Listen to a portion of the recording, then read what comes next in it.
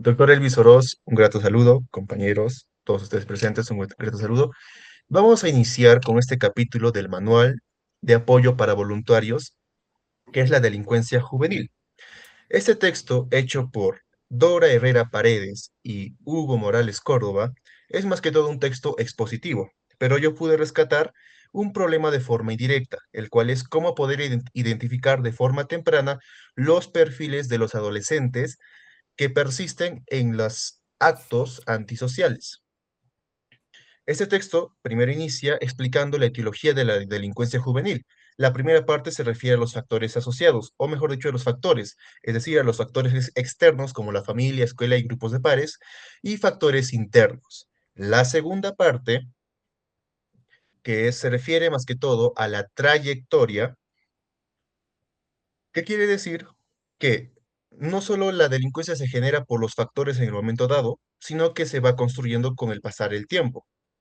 Y esta trayectoria se clasifica según el tipo de delito, pues algunos mencionan que los adolescentes que cumplen con ciertos factores que lo han formado cumplen una especialización en los delitos, mientras que otros mencionan de que eso es falso, de que los adolescentes que persisten en la delincuencia tienen una versatilidad.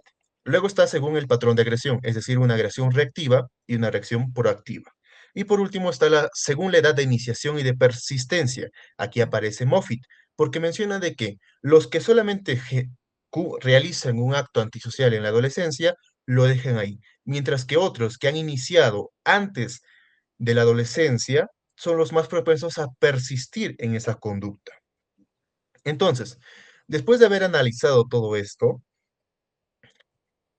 del texto expositivo, se deduce de que realmente para llegar a una respuesta a este problema de forma indirecta es más complejo, porque realmente, conforme se lee, se descubre que hay bastantes factores, hay bastantes variables que juegan en contra para poder llegar a una respuesta objetiva de este problema. Gracias. Continuando ahora, pues vamos a desentrañar lo que es el concepto fundamental para entender de cómo funcionan nuestras leyes.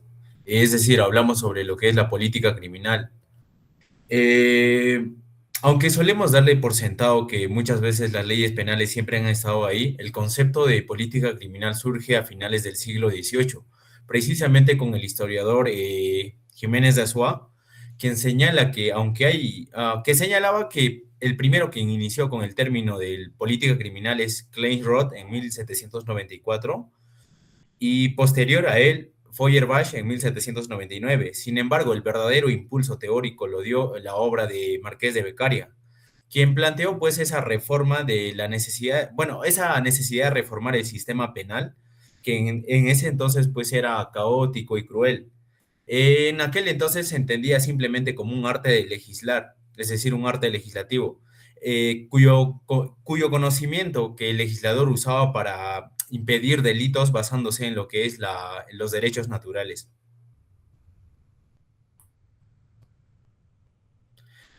Ahora entremos a lo que es, por ejemplo, el debate epistemológico que habla sobre precisamente dos corrientes. Una corriente que considera la política criminal como una ciencia y otra corriente que sostiene que es un arte legislativo. Precisamente el que considera que si la política criminal es una ciencia es Franz von Liszt, quien dijo que sí. Él lo denominó como ciencia de las posibilidades y lo define como un sistema de principios que se basan en la investigación de las causas que originan el delito, para que el Estado luche mediante, en este caso, el establecimiento de las penas. Sin embargo, esta postura también es criticada o discrepada por otros autores, como es el caso de Jiménez de Azua, quien tras años de estudio en Alemania precisamente se influencia mucho por el pensamiento alemán y concluye que, en un primer momento concluye que exactamente al igual que Franz von Liszt concluye que pues que la política criminal era una ciencia autónoma independiente de lo que es el derecho penal y la criminología. Sin embargo, tras realizarse una autocrítica, él lo denomina como un método de trabajo. Para ser más precisos, pues, lo considera como un arte de legislar, pues para él la política criminal es esa tercera componedora, es decir, la que complementa a lo que es la criminología y el derecho penal. Ahora, la relación con la ley y el poder. Es vital entender que la política criminal, pues, es ese nexo que conecta lo que es la criminología con el derecho penal. Basándonos más en lo que dice Zaffaroni, pues él nos advierte algo clave, que toda ley penal es la formalización de una decisión política previa. Esta decisión es pues esa carga genética de la norma, pero ojo, en un Estado de Derecho, él habla sobre lo que es el principio de legalidad, que es el que corta el cordón umbilical con el poder político.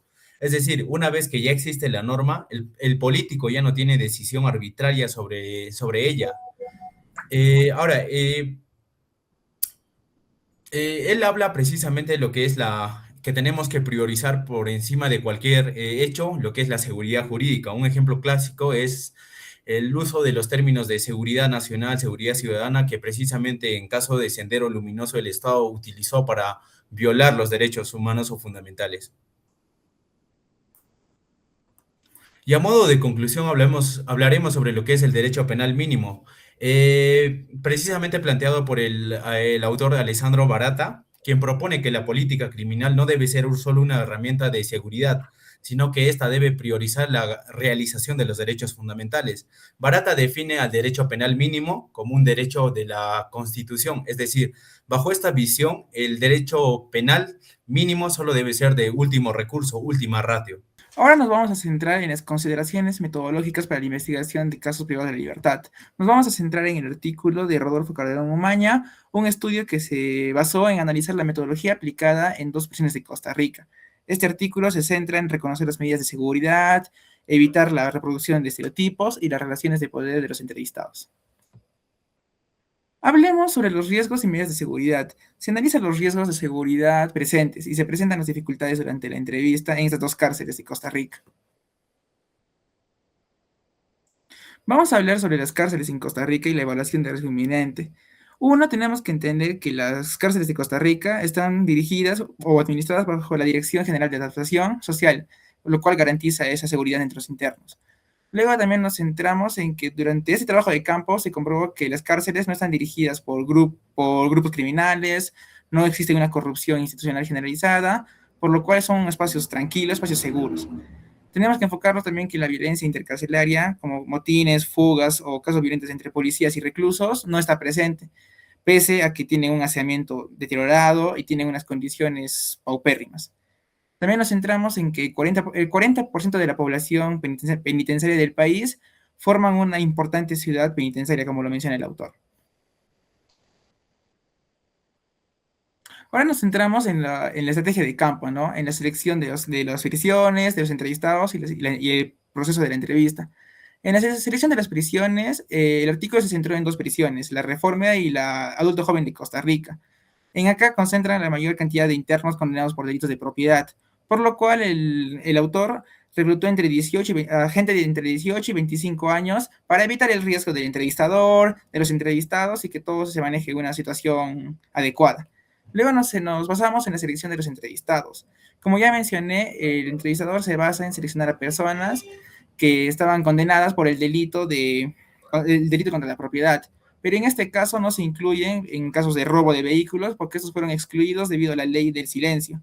Por lo cual el creador del artículo se centró en sacar unos pequeños, o sea, a gente condenada por delito de droga en cantidades pequeñas para poder entender su perfil sociológico, ¿no? A lo cual se entrevistó a un total de 16 privados de la libertad.